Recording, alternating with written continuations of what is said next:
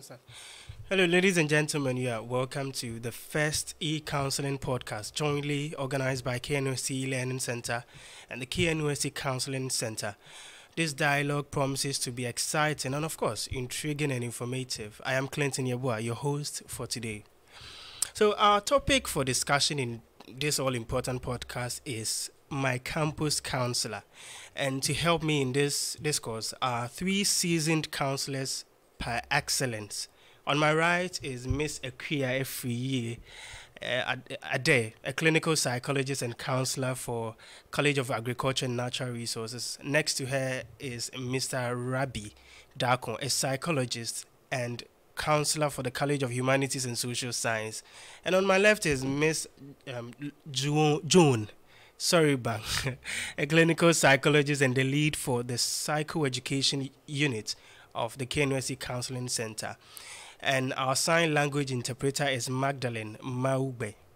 And of course, to you, my online audience who are live and those who will be watching later, I say welcome and akwaba to this podcast, My Campus Counselor. So let me first begin by asking Ms. Akuya. We often hear of counseling all the time. In fact, what is counseling and who is a counselor? That's very good. It's a very good question. Counseling is one of the helping professions. And let me simply put that counseling actually involves somebody who is a professional, trained and certified, called a counselor, and then a counselee. And when they come together, the aim is so that whoever the counselee is will be equipped with obtaining skills so that such a person may be able to make changes in his or her life. So as you can see, people would say we are advising people. We don't really do that. So because we believe that you as the individual possess some form of, inner power, if I may use that word, to be able to solve your problems. So we are there to guide you to be able to unearth this inner power or skills that you have to solve your problems. And in KNUST, the Counseling Center does that. In doing that, what we do is to create a very emotionally stable and healthy environment so that our students, our staff, their dependents, and the general public as a whole would be able to have that sort of, free emotional security to be able to go about their normal activities. Okay. I think by your explanation, it means somehow something is required for someone to be a psychologist or a counselor. In fact, Miss June, can you take this badge for us? Who can render the services of a counselor? So when it comes to counseling or psychological services, generally in Ghana, we do have, you are supposed to be trained, basically. First and foremost, you go to school, you start with the first degree in BSc Psychology, then you can move on to the Master's and then PhD to specialize. And then aside that, you are also given a license by the Ghana Psychology Council. Okay, then you can be known as a professional psychologist, or as we say, counselor in the country. Okay. So anyone who is interested, genuinely interested in helping people, can go in for that program. Okay. We also have lay professional, lay psychologists or paraprofessionals. They have been given some basic counseling skills. They've been given some basic training to help, because we know that in Ghana we don't have a lot of people, psychologists. Okay, so a few people who have availed themselves. In KNUST we have some skilled helpers and peer counselors. So they have been given some basic counseling skills to help with that. And these are people who genuinely care about people, and then they want to be able to help. So they need the skills to do that. So that is literally saying I cannot say, oh, I am able to understand people better. I'm able to advise, give the best of advice, so I can be a counselor. Is that what to say? Yes, I know we have our elders who would give us advice at home and all of that. Those are very good. Okay, but counseling is a skill and it's a science. Okay, so that's why you have to go to school to know the things, the skills, acquire the skills to be able to provide or give that scientific backing to your profession. Oh, okay. So, yes, we do appreciate the fact that we have elders at home and they would give us advice and all of that. But counseling is not necessarily giving advice. Oh. It is giving help to somebody who's in a dilemma, somebody who's struggling with some life situations. And so you are more or less holding the person's hands to explore ways of solving the problems. Okay, so you don't go in to advise somebody to do something. You're only helping the person to figure out for themselves. That's interesting. For those who just joined us and those who will be coming, you are listening to KNUST e-learning podcast series with the topic My Campus Counselor. My audiences, you can also send in your messages and your questions. Our venerable experts are here to answer you. So my next question goes to Mr. Ragbai Darko. How important is it for students to pay attention and adapt to the new environment, which is far from home, especially for freshers, for people who are traveling and all that? Thank you very much. I think that's a good question. When you look at campus, the freedom is wide. You are not restricted. Than you being in a house where you are being restricted, what to eat, where to go. There are times you go out by 7, your parent, your daddy will call you, where are you? You need to come home and sleep. But here, it's not like that. Here, you see, the freedom is wide. That is why people need counseling to know. Basically, students need counseling to know how to adjust. So sometimes because of adjustment problem, I really remember a student came to my office and said, it appears here everything is moving so fast. So fast that I don't even understand. I'm in my hostel, the tap is not flowing, the internet is just messing up. I said, I can't contain, I have to go home. So you see, he's looking at this a student like this, she's really struggling with adjustment. That is why it is necessary for all students, especially even continuing students, to access the counseling center, so that at least we'll be able to help you to adjust to a new environment. Don't forget, this is a new environment. Here, bills are not being run for you to determine what to do. You have to control your own time, because of the time management, how to manage your time is essence at this campus or in every university setting. That is why we encourage people to seek the counseling services or directions in order to able to adjust to the new environment. Okay, so for the essence and for the benefit of our sign interpreter, we should lower the pace at which we are speaking. But the same question also goes to Miss June. In these times of economic austerities, as staff and national service personnel who have joined us this evening, we must what must they do to pay attention to the changing environment and adapt to avoiding ramifications that come with the season of intense stress? I know it can be very, very, very stressful. Yeah, definitely. And stress is part of life. We all know that. I think when it comes to the situation in the country, it's not anything. It's not something anyone can run away from. We just have to be able to manage our resources well. So I think when it comes to managing it well, so that you can cope, individuals will need to sit down and plan things out, so that you can more or less balance things. You will not get it perfect. It won't be a perfect situation, but then to some extent, if you can sit down to plan, knowing that, okay, looking at the situation in the country right now, I need to do this. We all have different needs. We all have different situations. So you have to identify yours, be self-aware, have that insight into your own situation, and then sit down to plan so that you can balance things well, and then the stress will not overcome you. I don't know if I've answered your question.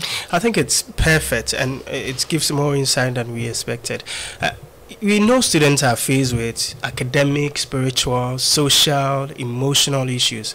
Mr. Rabbi, what will you suggest to these students who, I mean, what should they do to balance all these in the scope of life? I mean, these blocks of life that come in school and all that. Yeah, I think that makes university very difficult, or a difficult environment to live in. It's not necessarily the academic only. If it was to be the academic only, you realize that most students will be able to sail through. But you see, there are other things I call extraneous variables, as you did say.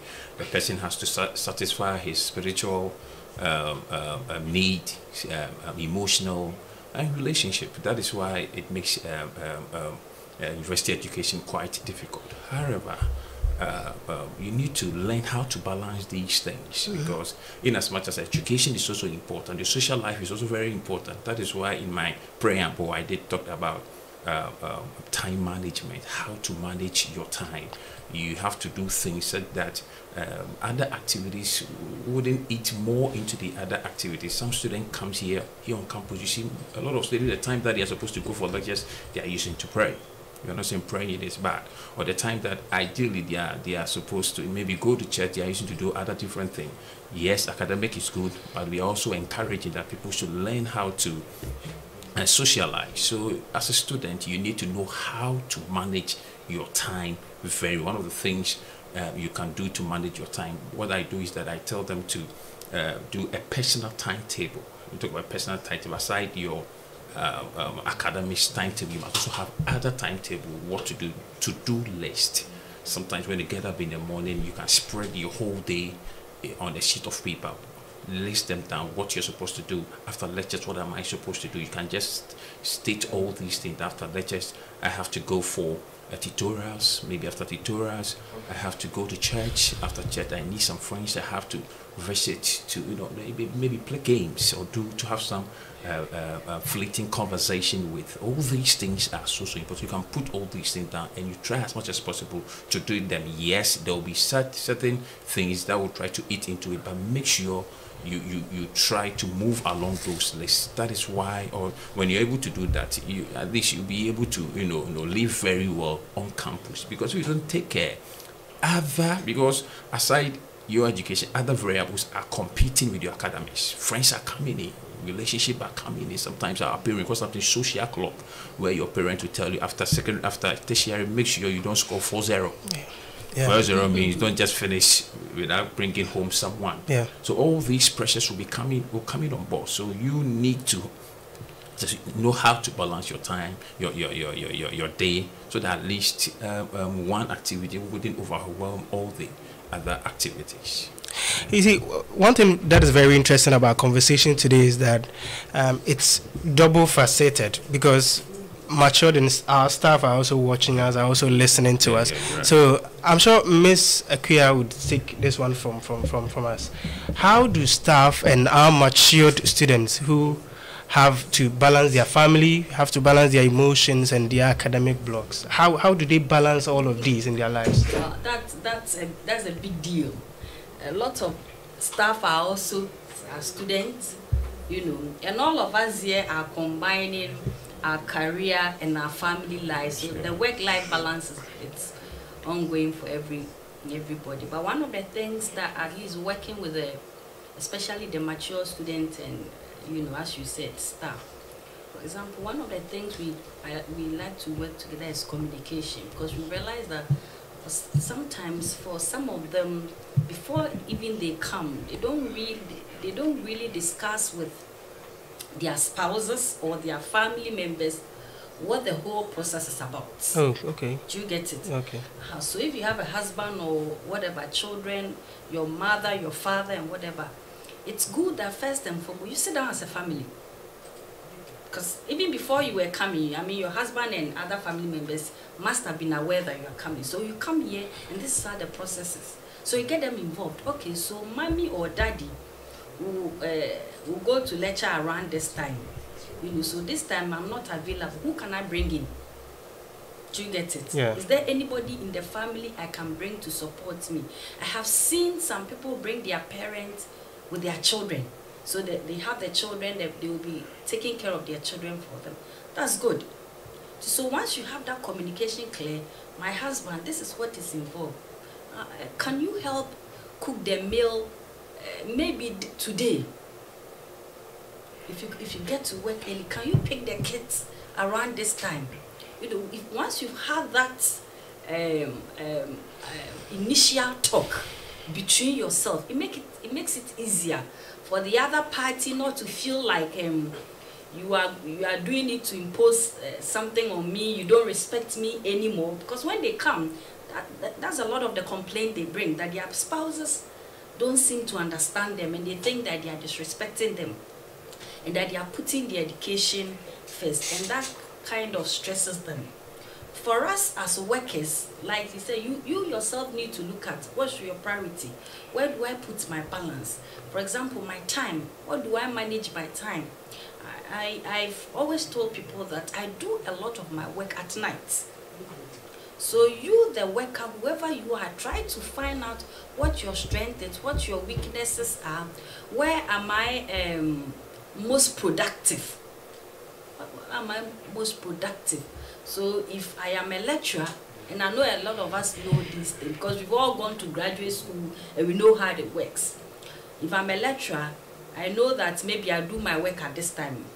If I'm a student who is in school and who is a parent, after talking to my husband and another thing, for example, if I have to discuss with my husband or my wife that, okay, because I'm very good at studying at the night, when it is maybe 2 a.m., I'll wake up 2 hours, 1 hour, and I'll do this so that my husband or my wife understand. So it's up to us to do that sort of figuring out with the people around us so that we can minimize a lot of the conflicts that occur in our homes and a lot of the pressure that, you know, come on to us as workers and as staff. Since we are talking about pressure, I mean, we often told that lack of proper balance can lead to depression. Yes. And most of the time we hear of depression to be the outrageous, you know, relationship stuffs and all that. What is depression at all? And how do you identify that someone is depressed? All right, okay. Thank you very much. It appears that everything is depression. But depression per se, it's one kind of what you call psychological disorders. It affects how we feel, how we act, you know, and how we even behave, just like all other mental illnesses. And it's kind of different from, you know, once in a while I feel low, maybe I want to be alone, you know, so I'm sad today. That's different.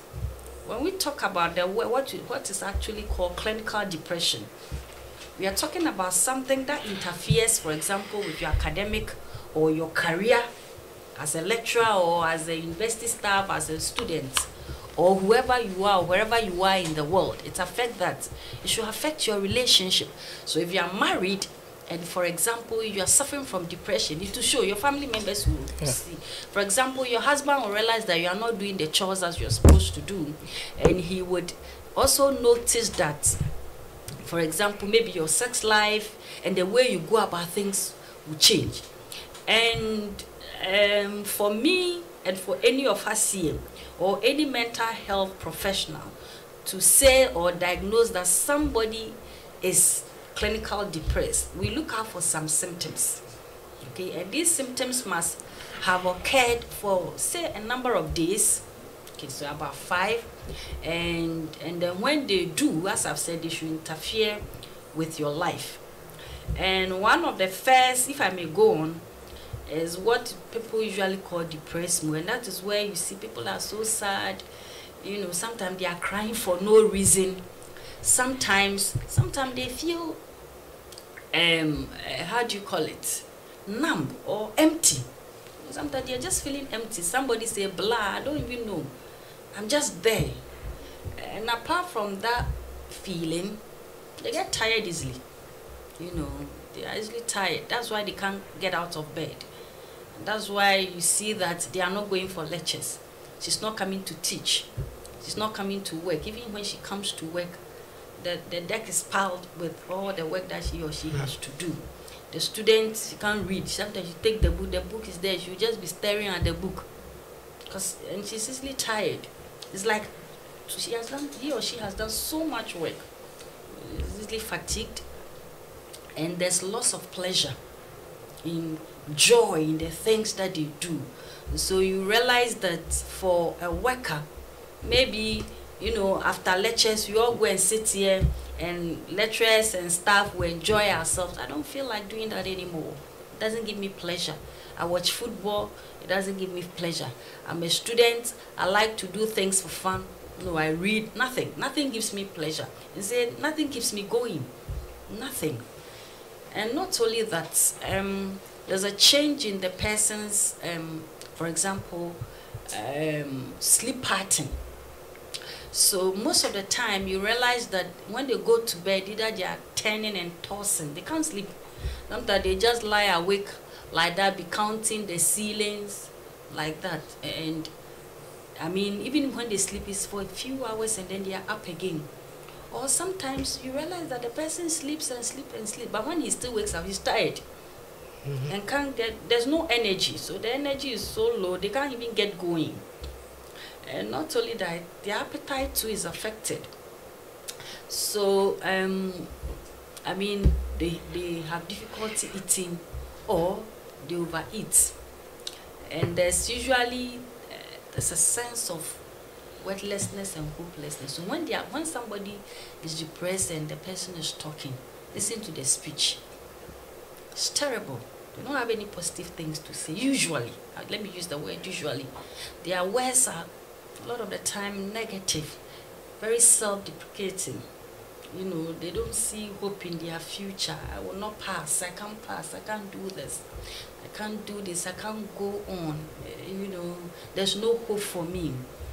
And when it's that serious, they can begin to have suicidal thoughts and suicidal ideation. Very, very serious, And usually for us to say that, it must have taken some days, a minimum about 5 days if the person hasn't received any form of intervention from a psychiatric, a psychologist, any other mental health professional that we know. And above all, like I said, that interference that you are seeing. So it's not everything that is depression per se. There are so many mental health conditions. We can't finish talking about them. Yes. I'm enjoying the conversation already. It's really an eye-opener to engage all of you. And I'm sure many people also have questions to ask, in fact. And there are more questions to come to. But those who are watching us and listening to us, you can send in your questions. And like I said, our ardent experts are here to answer you. They are here for you. Now, to our questions again, like I said, I have questions, and I know our audience also do have questions, and I'll be waiting for them. Students come from, diverse backgrounds, diverse cultural backgrounds and all that. How should one deal with discrimination and the thoughts of low self-esteem? I have a fridge. Someone has a fridge. I do not have. Someone has this phone. I do not have. Someone looks like this. I do not look like that. How do students, deal with all these discrimination and thoughts of self-esteem? When it comes to self-esteem issues or discrimination, like you said, with, somebody's in a room with other people, they have some items they don't have. It can be very difficult, especially if you are somebody who's suffered with low self-image or self-esteem for a very long time. When you come to school, it can really push you to the extreme, like to the lowest point. There are so many ways to go about it, okay? But I would say that usually, generally, if you are suffering from something like that, talk to a counselor. But generally, you need to know yourself. Again, we are not from the same backgrounds. True, you know where you're coming from. Okay, be content with what you have. I know it's not easy to say that, to be content with what you have, but if you can begin to appreciate the little you have it makes it easier to not feel threatened or feel that you don't have what others have got.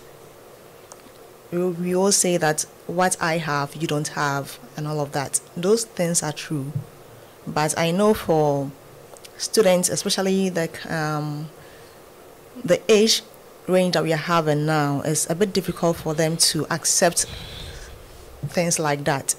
So I think if a student is having any issue like that, try to see a counselor, because everybody's situation is different. Okay, so if you come see a counselor, the person will take you through some exercises and help you to discover, ways of building your self-image. Okay, so that's what I can say. Mr. Rabbi looks very interested in this question. Now, let's follow up on this particular question. So, when should one be alarmed that I am depressed, or I should start seeking help with depression? Okay, thank you very much. You see, small giants grow to become great giants. Yeah. Or small issues grow to become great giants. And I always say that from lunacy to normalcy, or from normalcy to lunacy lies a thin line. And everybody can cross. That's from normalcy to lunacy. And the most intriguing aspect or disheartening aspect is that coming back from lunacy to normalcy becomes a very daunting task, difficult task.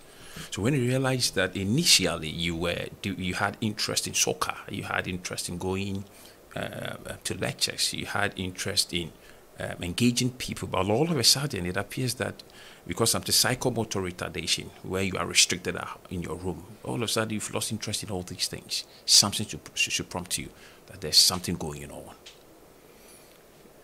All of a sudden you started hearing voices, or probably people, voices telling you negative things, or you can't think straight. Any thoughts that comes in your mind are negative. You are wordless. Look at your friends. You know why you proposed to that girl, the girl didn't accept. You're wordless. You're not handsome. You're not beautiful. You are this and that. So you hear accusation voices. When all these things start to come to you, please, you need to seek for help. Because some of the cases that we have had, our timely interventions have helped. I've helped a lot of people from not getting into depression, the state of depression. So please, when you begin to realize that you are changing, sometimes you see it yourself. You are thinking negative about yourself. Those things you used to love, if all of a sudden you've lost interest in them. You are someone who are so engaging, but now you don't want to talk to anybody. Friends used to call you, you hang around with them, but now they call you, don't even pick.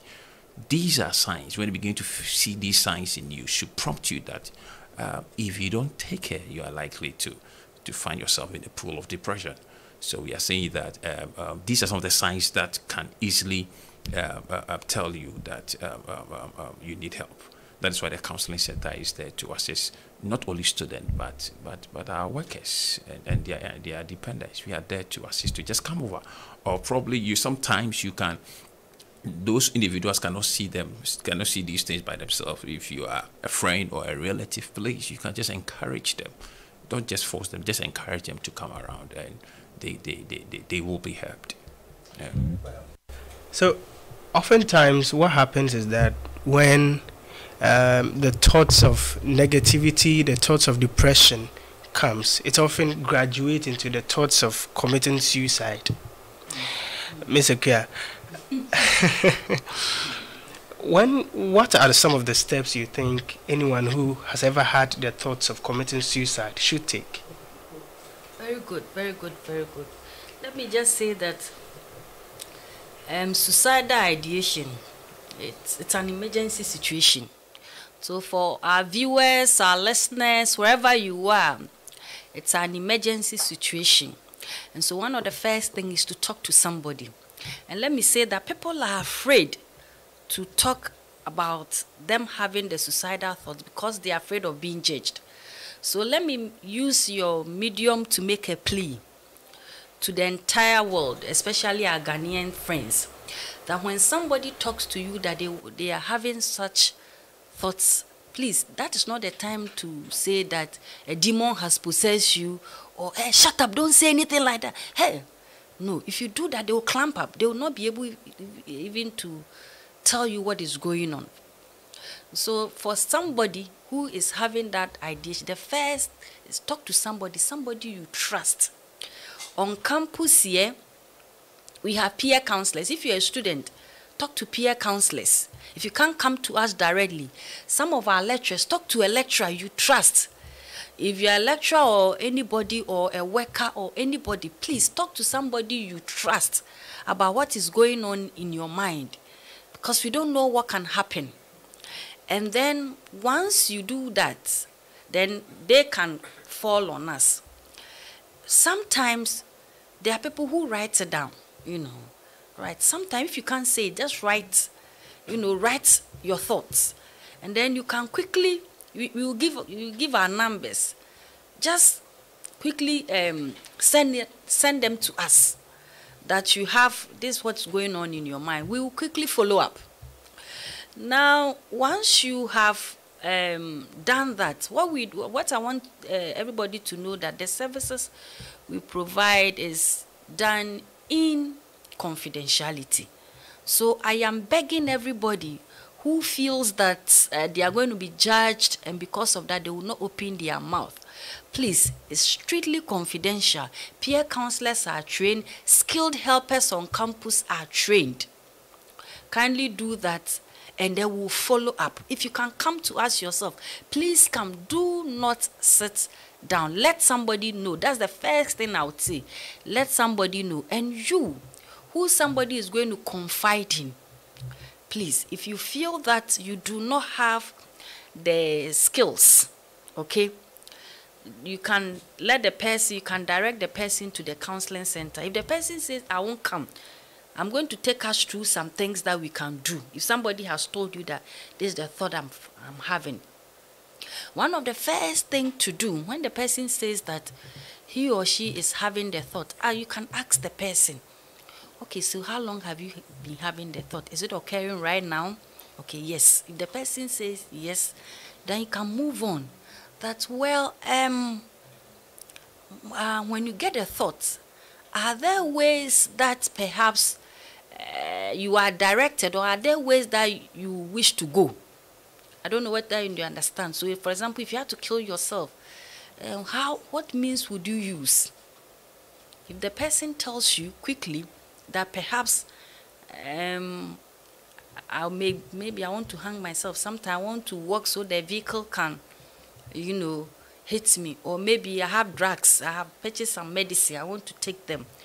Immediately the person says, for example, they have bought medicine or whatever, you have to move to the next step. And what is the next step? So, for example, if the person says he's going to take medicine, do you have the medicine here? Maybe it's rat poison. Oh, have you acquired? Is it there? Where is it? And please do it in a gentle manner, not chastising. When you do that, you lose the person. You are going to lose the person. And so you will do that, and quickly make sure that if it is a knife, you've gotten them. And then once you have that, sit by them, talk with them, and you can direct them. Sometimes you can hold them and bring them to the counseling center. If the person says they will not come, don't worry about it. Now you can tell them that one of the things is that for the counseling center, they do everything confidential. They have the expertise, Sometimes some people go behind and say, if you will not go, I'm going to tell the counselor. Yes, you need to tell the counselor, because suicidal idea or suicide attempt, somebody feeling suicidal, is emergency. And all of us are enjoined to save and protect one another's life. So you are duty bound to report to us. But one of the things I always say, because after working for so many years, I realized that sometimes when you go behind them, it backfires in a way. So one of the things you can do, especially when the person is not so much suffering from very severe psychiatric conditions like maybe schizophrenia or other things, you can tell them that, please, I do not have the skills. I am not trained, but I want to protect you. It is my duty to protect you, and the best way I will do is to let the counselors know. Then once you have done that, you can come and inform us, and then we would follow up. In fact, let me say at dawn or whatever, we are doing the work. Sometimes we'll call peer counselors, please go and check on somebody, so that we get people protected. If I'm not on campus and you are calling me at 2 a.m., peer counselors are there. So it's a shared responsibility. Protecting everybody's life is a shared responsibility, and all of us need to do our bit. Now, you want to add something? Yes, I just want to add that sometimes they wouldn't come out to tell you that they are suicidal. So as roommates, as spouses, you can just observe, listen to the person's conversation, what the person keeps saying. Some of them will be given hints, that I'll be better off dead, stuff like that. Okay, so you hear someone around, somebody close to you keeps saying stuff like that, and you've realized that the person's behavior has changed, then you need to be on the alert, okay, and try to get a person to see a professional if you can't help the person. Oh, okay. Yes. Yes, and research has also shown that people who have attempted suicide and has gone unsuccessful, they are likely to do that when they get a chance. And sometimes when they are going the second time or the third time, they go lethal. That is why all of us must see suicidal patients or people who are suicidal as emergency cases and come in to help. And I also want to talk to people out there who are hearing us and are suicidal. Please, suicide is not an option. I remember during this Christmas, I had a call from a student. I think she has completed, thanking me all over the place, that if it hadn't been you, I would have been at 6 feet under. Why? This is a student who called around 1 a.m. I didn't want to pick, but I just woke up to pick the call. And before the call, I saw she had sent, I can't sleep, I can't sleep, I can't sleep. I can't sleep, I can't sleep. So I was wondering, who student, what is this? So that's where I realized it was a student. So I called back, and it was this lady who was unable to sleep. And according to her, she is suicidal and she wanted to take her life. So I called her in and we had some interactions. Even before calling, he said he saw my number elsewhere. And he realized that this number, Rabbi, might be Obroni. And for that matter, he would understand my matter. Your people think when they bring issues to us, to them, they see the issues to be stupid or not necessary. So who with Ghanaian who understand this matter, knowing our context? So I understood her, and we did the engagement. In December, you see, she is thanking me.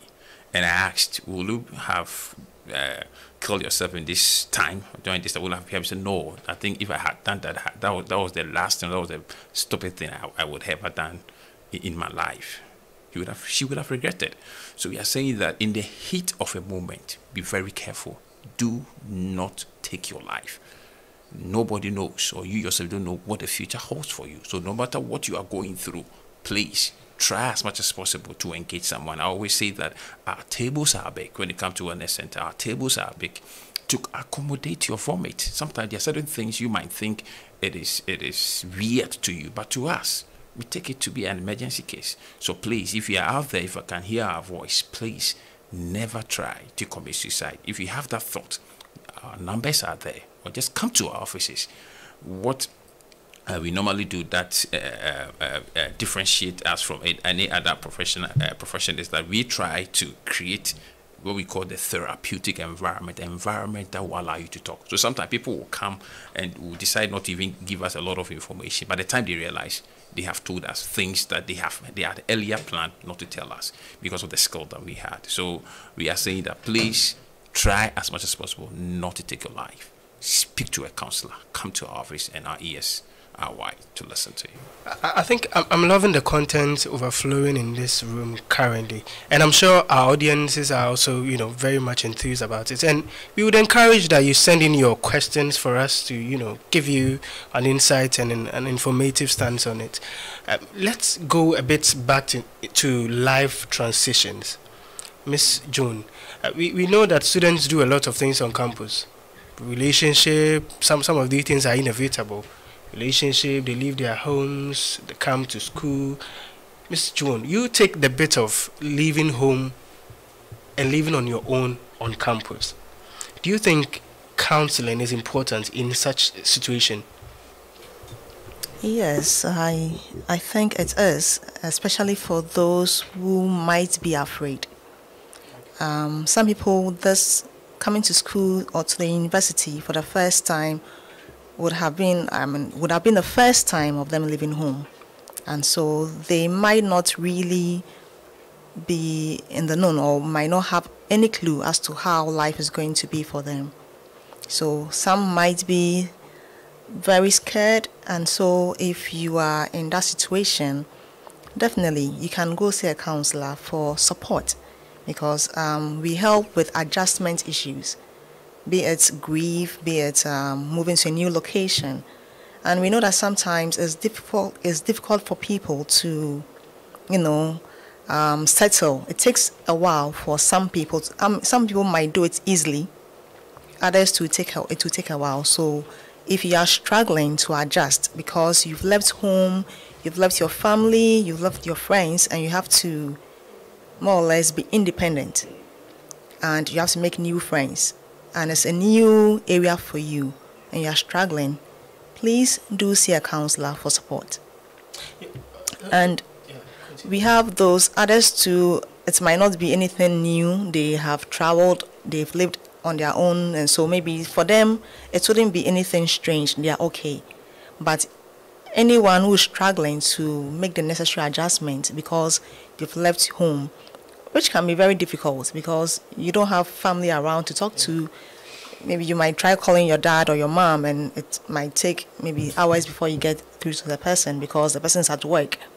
You might not have that immediate support. Maybe at home you are with your siblings, so if there's something troubling you, you can go talk to somebody.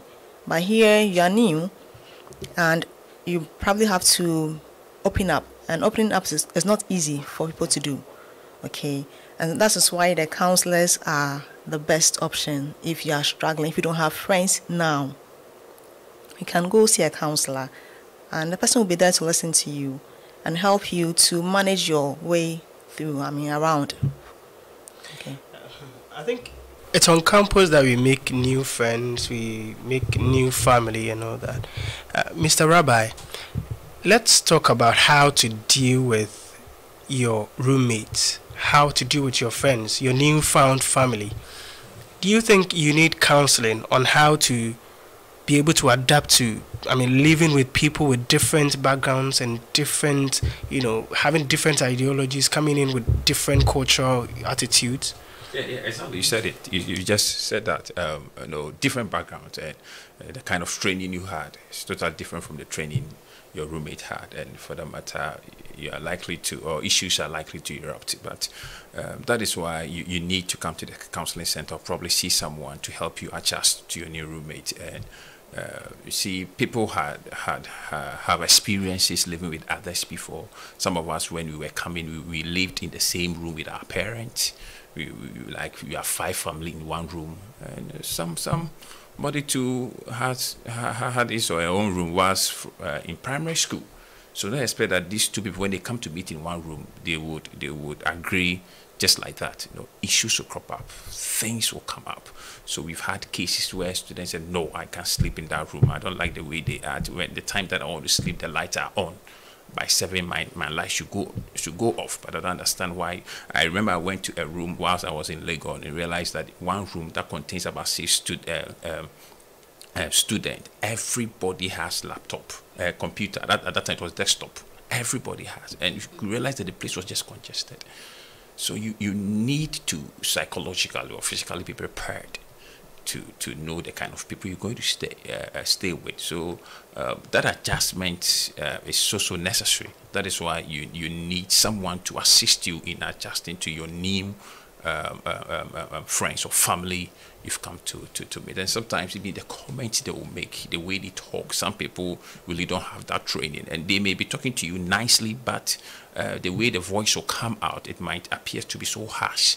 You need all these, or that is why, in fact, KNUS is doing very well. That's why it has a comprehensive orientation for students. And in all our slides, in all our presentation, we hit on these things because we understand that you are transitioning, you are moving from your home to a new environment, and that you need that skills to be able to deal with your roommates. That is why we are always encouraging people to come to our center, come to us, engage us. Our doors are open so that at least we can give you this. We can't see all these things here, but when you come to our office, we have the luxury of time to assist you deal with all these pressures. Yes, problem may erupt because of different background. Yeah. Now let's transition into one thing that is quite inevitable on campus: relationships, romantic relationships. You can't do without going there.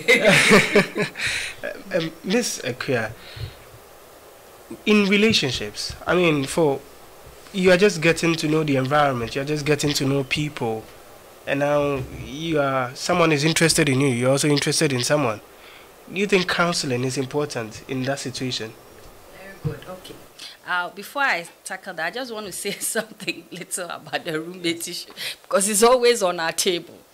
And so one of the things after working with them for a long while, I just told them, you see, everything is about learning how to communicate.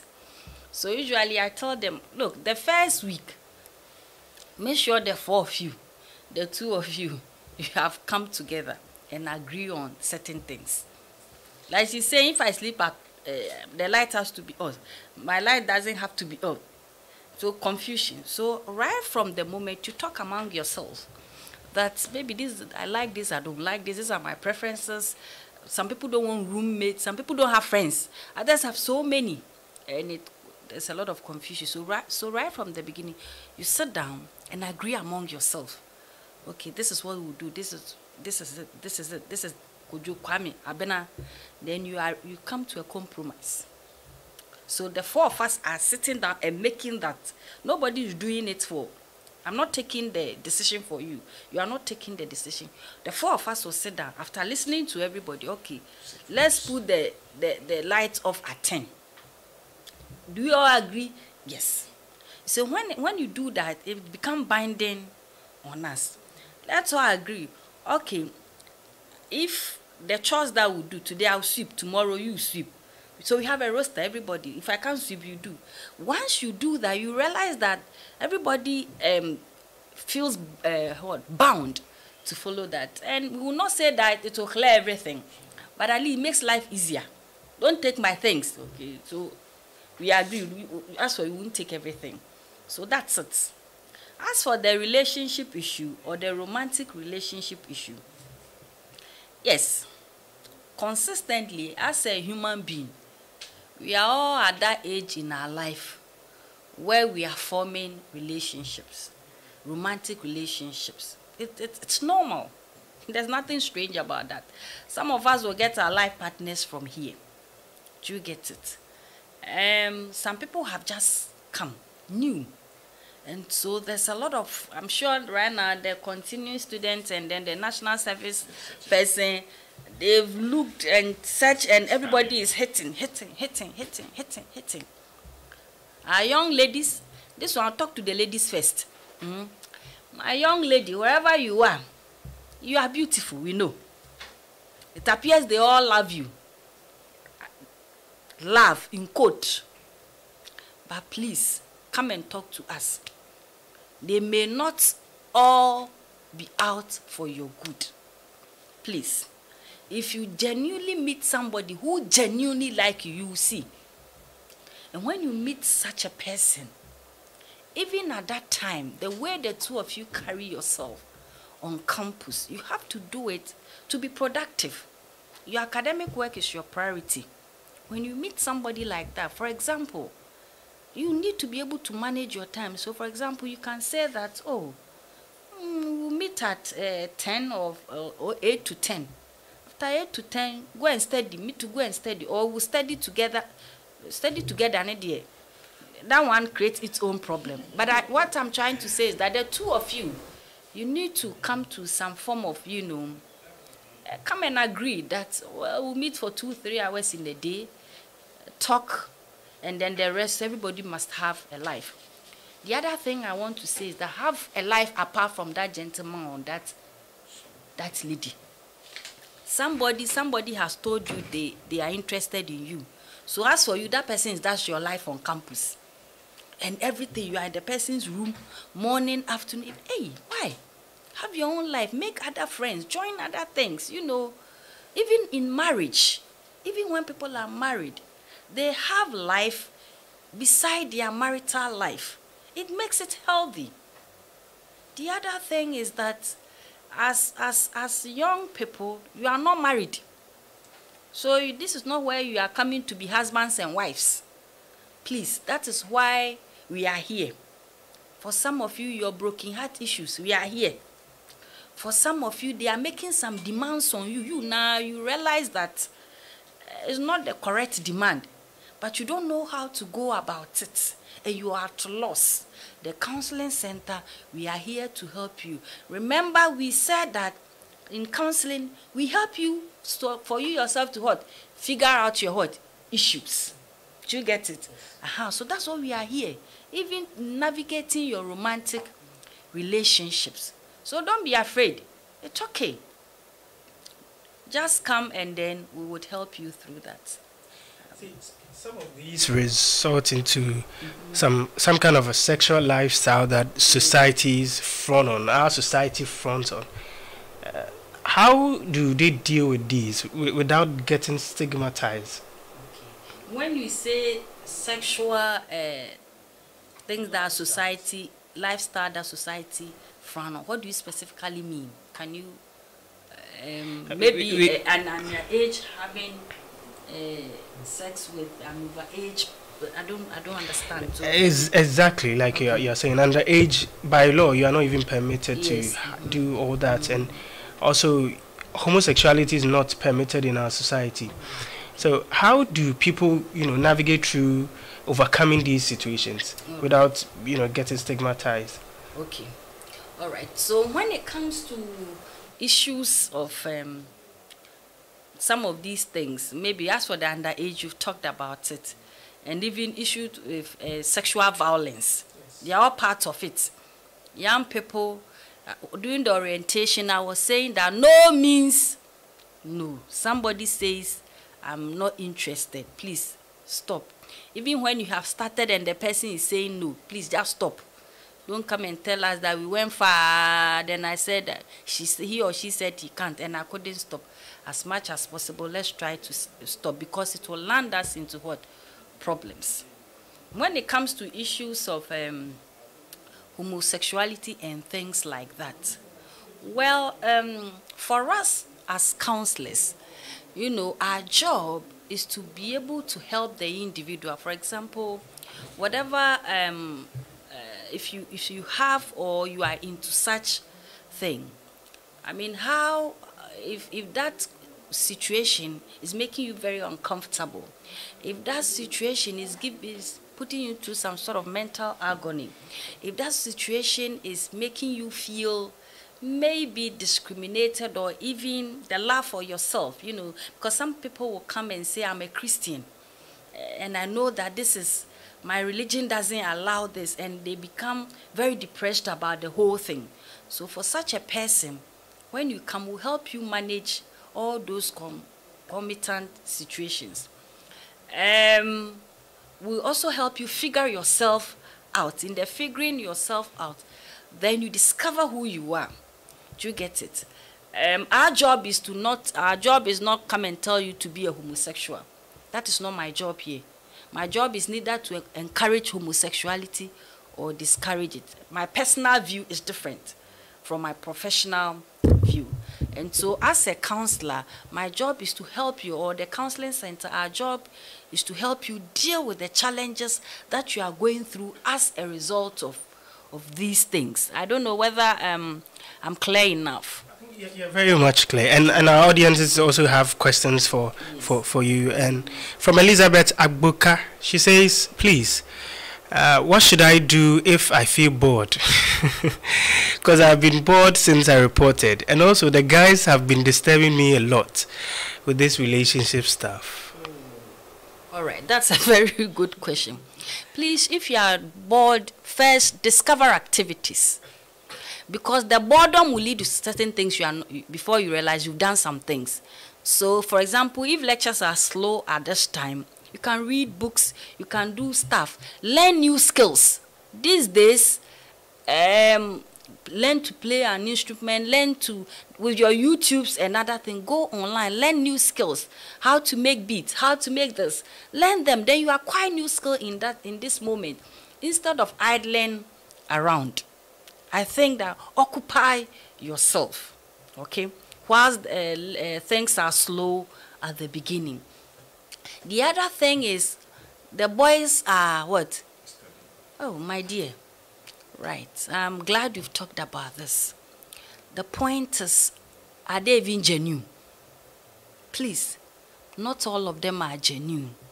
Please, one of the things you have to be able to do is to say no when you have to say no. If you are pretty enough and somebody likes you, they will like you for who you are, not your outward appearance. As much as possible, if they say no, you come with your friends. You know, go with your friends, talk to, this is my roommate, and let's see whether they will stick around. Do you get it? I don't know whether my colleagues want to add something to those things. Yeah, it's normal to be bored. This is a new environment, so it's normal to be bored. But you have to be very careful, as Auntie Kia did say. Occupy yourself. So see, KNUS is just a wonderful campus, a nice campus. It has beautiful greeny environment. You can just walk around, just call old friends whom you came to university with. Just find something doing. Just be engaging. It really helps.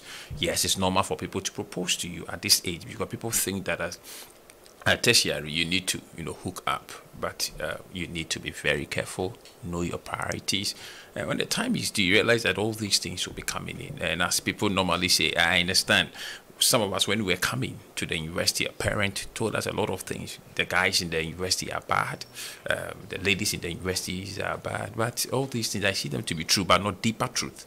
Yes, Auntie Kadi said that in her preamble, there are people who had their wives and husbands in the university.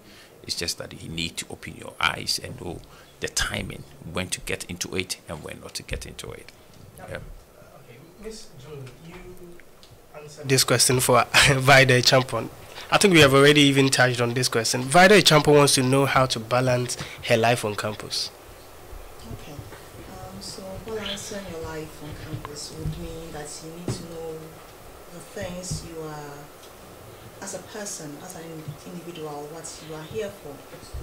So yes, you are here to get a degree, and also, to develop yourself as a person. So what your interest is. So maybe you can decide, example,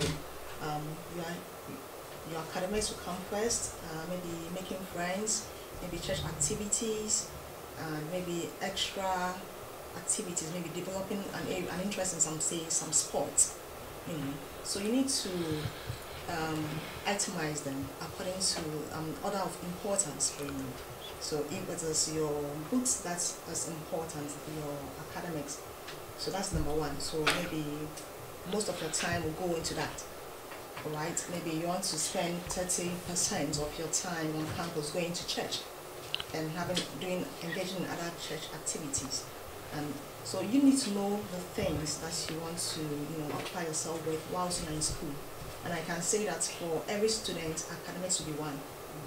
And then maybe the other things to come in. Yeah. So, and of course, we also have different intellectual abilities. So if you are the type who have to study for long hours to cover all that you have done in class, then it means that you have to give yourself more time and maybe less time for the other activities. Okay. So knowing yourself is very important. All right. And knowing what you are here for is also very important. All right. Interesting. Can I just say this to our students? Yes, very shortly. Very short. Please, make sure that at least every day you have studied. Be consistent. Every day read something. An hour.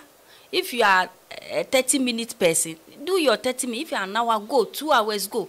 But please don't go and sleep without studying. Make sure that what you learn that day, at least you've gone over. So I want to add that be consistent. If you wait till exam time, that's where the problem is. Because by the time exam comes, you would have forgotten the things you learned at the beginning. So make sure every day you do some studies. And I think I just want to emphasize because it helps the memory. Okay, if you are reading consistently over a long period of time, it sticks in your mind, so it's easier to recall. But if you do it once in a while, it's you can forget.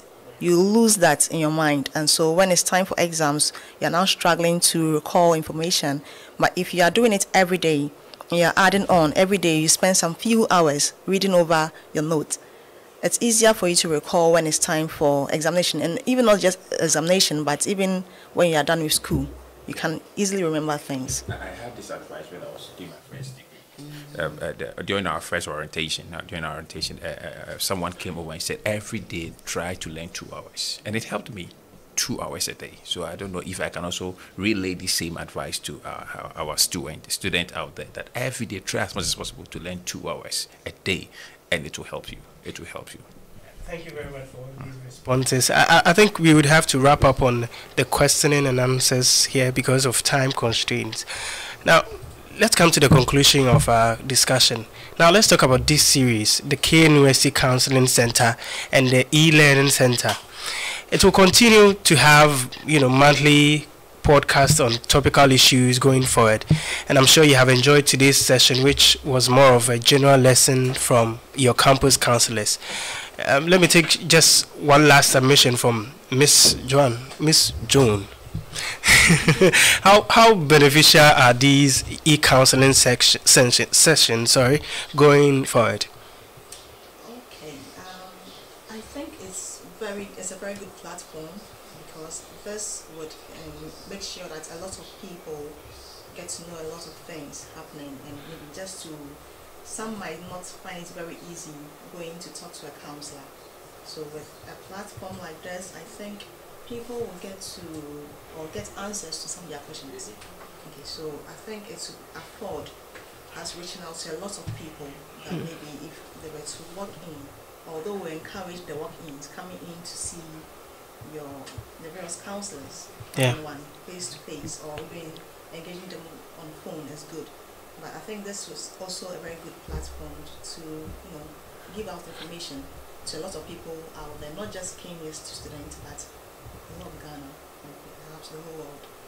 Thank you very much. I want to say a very big thank you for all your time, Joan, Kuya, and Rabbi.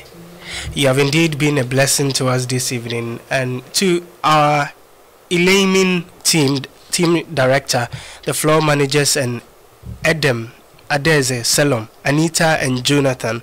Thank you very much. And also to my audience, you have really been good. You stayed with us, and we hope to see you next month. To catch you. Can yes. you put our numbers up, and John has something to say about our upcoming program? Okay, that is fine. That's fine. The quick one. Yes, so the KNUST Counseling Center every year has a program for freshers. We call it Academic Life Seminar, and by God's grace, it will be coming off on the 9th of next month at 2 p.m. at the College of Science Auditorium. And it's a time where we would talk about some of managing your life on campus, balancing academic life with social life, relationships. Okay, so I want to encourage every fresher and even continuing students to come along with a friend, to get some tips. Because the time is quite small, so I think we will have a lot more time to discuss all of these things at that program. Thank you very much. Thank you also to our audience. We hope to see you and also hear from you next month. My name is Clinton Yabwa.